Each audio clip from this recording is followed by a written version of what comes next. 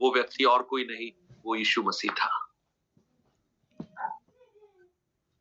जब हम उस आज हमारे जीवन में हम इस संसार से बहुत आशा रखते हैं प्रभु से, लेकिन मेरा प्रश्न, अगर प्रभु आज आप में से किसी को बोले, आपको बोले, इमानुएल जी बोले, एक दिन सुबह आप ड्यूटी पे जब 6 बजे जाने की तैयार हो रहे हो, अचानक से आवाज आए, इमानुएल। अरे यार कौन है? अभी तो अपना जूम मीटिंग तो 6 बजे शुरू होता है, 5:45 बजे कौन बुला रहा है ये? और आवाज आए, आज से मैं तेरी कोई प्रार्थना का उत्तर नहीं दूंगा, तो कितना भी प्रार्थना करना, मैं कोई प्रार्थना का उत्तर नहीं दूंगा। लिख के रख ले, ये मैं परमेश्वर बोल रहा हूं। और जब ये बातें चीत हो गई, इतने में 6 बज गए, जूम मीटिंग पे आ गए, और मैं इमानुएल जी को बोल रहा हूं, अब इमानुएल जी प्रार्थना में अगुवाई करेंगे। अब इमानुएल जी का मन में क्या चल रहा है? प्रभु ने तो मना कर दिया। अरे भैया, जब प्रार्थना का उत्तर नहीं देंगे तो फिर किस लिए भाई, किस लिए? अब आज इस संसार में लोग मसीह को क्यों चाहते हैं? बोलिए क्यों चाहते हैं? क्योंकि उत्तर देता है परमेश्वर। पौलुस क्या कह रहा है? अगर तुम इसी संसार में मसीह से आशा रखते हो तो तुम सब लोगों से अभागे हो। और यहाँ इब्रानियों 11 में इन लोगों के बारे में लिखा है, इन्होंने आशा की ही वस्तु को नहीं पाया, परंतु दूर से देखकर आनंदित हुए, और उन्होंने ये सोच लिया कि मानो हमने पा लिया। ये बिल्कुल ऐसा है कि आप प्यास से तड़प रहे हैं और आपको लगता है कि बिना पानी मिले आप मर जाएंगे।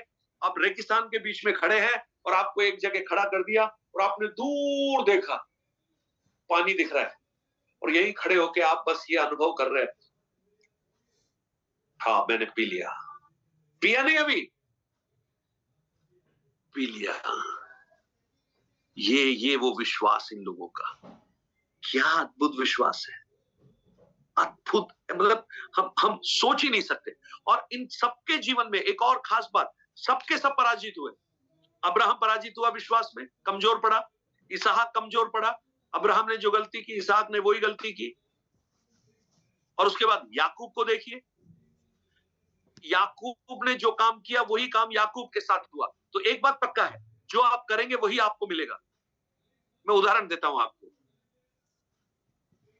एक दिन याकूब का पिता बैठा हुआ है, तो है ना, इसहाक बुजुर्ग हो गया, तो याकूब जी आ गए हैं अजीब से कपड़े पहन के, रोएदार कपड़े पहन के, है ना, क्योंकि एसाऊ के हाथ में बाल थे, बड़े बड़े बाल थे, तो ऐसे कपड़े पहन के आ गया मां से मिलके।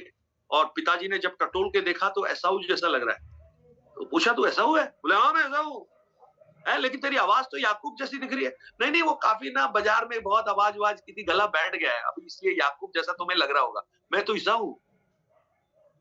पिता को धोखा दिया, सारे आशीर्वाद ले लिए, है ना। सालों बीत गए। एक दिन याकूब के 11 बच्चे आए, एक कपड़ा लेके, पिताजी क्या हुआ? ये देखो, ये अरे ये तो यूसुफ का है। क्या हुआ यूसुफ को? मर गया, जंगली जानवरों ने खा लिया। हमने बहुत कोशिश की, उसको पकड़ा, खींचा, लेकिन उसकी हड्डी भी नहीं मिली, सिर्फ कपड़ा ही मिला। आप देखो, एक कपड़े को दिखाकर पिता को धोखा देने वाले को एक कपड़े के द्वारा ही इसको भी धोखा मिला ना। जो करेंगे वही वापस आएगा, घूम फिर के वही वापस आएगा। सो ये अब्राहम, इसहाक, याकूब, ये तीनों की तीनों विश्वास में कमजोर पड़े, लेकिन इनकी खासियत पता है क्या थी? ये पराजित हो जाते थे, विश्वास में कमजोर पड़ जाते थे, फिर भी विश्वास करते थे। इनमें से विश्वास में परफेक्ट कोई भी नहीं था। मैं और आप इससे क्या सीख सकते हैं? हम भी बहुत बार विश्वास में कमजोर हो जाते हैं। अब्राहम का विश्वास तो डिलेड ओबीडियंस था, डिले, उसने बहुत डिले किया, लेकिन जब परमेश्वर ने उसको देखा तो उसने डिले नहीं देखा, डिले को हटा दिया, उसने सिर्फ विश्वास को देखा। मेरे और आपके जीवन में भी हम कई कई बार पराजित हो जाते हैं, लेकिन हमारा परमेश्वर फिर से चांस देने वाला परमेश्वर है। हमारा परमेश्वर हम पर विश्वास भरोसा करने वाला परमेश्वर है। और जब हम विश्वास के साथ आगे बढ़ते हैं, तो देखिए अब्राहम ने विश्वास किया, उसका बेटे को वो अगर मर भी जाएगा, उसको इतना विश्वास था, मैं इसको काट के टुकड़े टुकड़े करके अगर वेदी में जला भी दूंगा तो मेरा परमेश्वर उस राख से भी बना सकता है। मैं तो कहूं वो इतना विश्वास करेगा कि परमेश्वर वो है, जहां कुछ होता ही नहीं है वहां से वो नाम लेता है और होना शुरू हो जाता है। हमारा विश्वास क्या है? हम तो सब कुछ देखने के बाद भी विश्वास नहीं करते।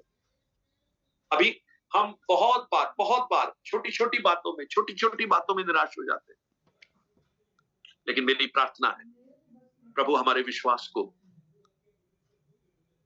बढ़ाए। ये सब सुनने के बाद बढ़ रहा है क्या थोड़ा बहुत? यस पास्टर जी। ये दिखना चाहिए हमारे काम में। मैं कहूं, मैंने इब्रानियों की पुस्तक पढ़ते पढ़ते मेरा विश्वास बहुत बढ़ने लग गया। हम लोग एक स्कूल में आराधना करते थे, है ना? रेखा सिस्टर आप भी आई है ना वहां पे? स्कूल में जब छोटा होने लगा, एक होटल दे दिया। लेकिन मैं अब पढ़ते पढ़ते मैंने विश्वास के साथ देखना शुरू किया, और मैं अब ये देख रहा हूं कि परमेश्वर कौन सी जगह मुझे दिखा रहा है।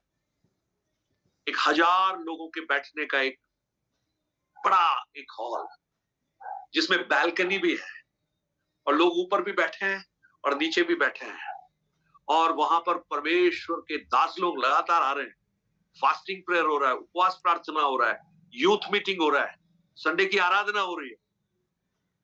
अभी मुझे दिखाई नहीं दिया, ये यहां से नहीं दिखा, लेकिन मैंने देखना शुरू किया।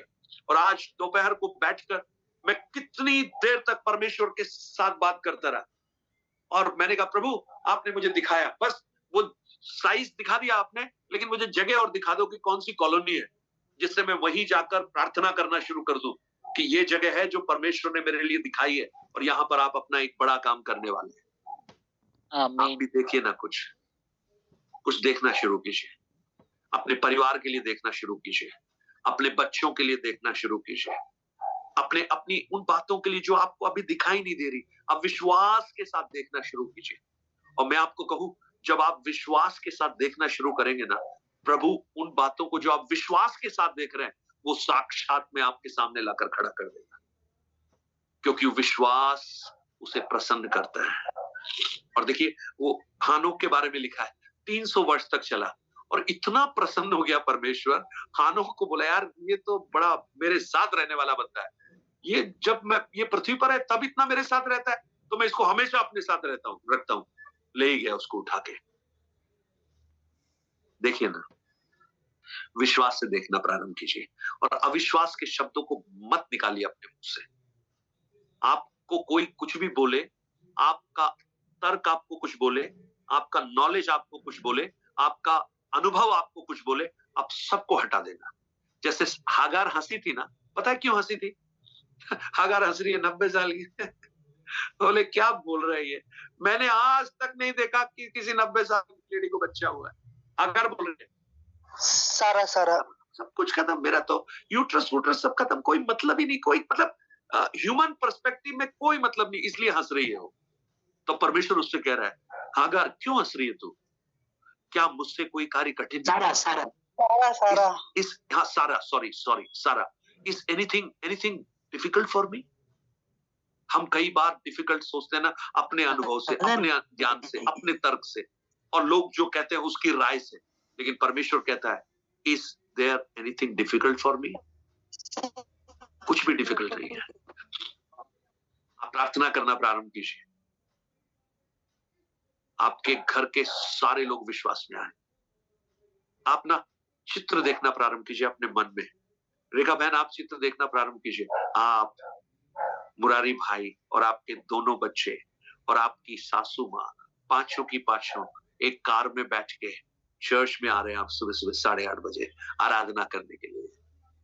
ये दिख नहीं रहा है, अभी दिख नहीं रहा है, लेकिन देखना प्रारंभ कीजिए उस पिक्चर को अपने मन में, विश्वास के साथ देखना प्रारंभ कीजिए, परमेश्वर को बोलना प्रारंभ कीजिए, प्रभु मैंने तो ये देखा है, अब मैं इसके लिए प्रार्थना करना शुरू कर रही हूँ, अब बाकी आपको करना है, आप करो।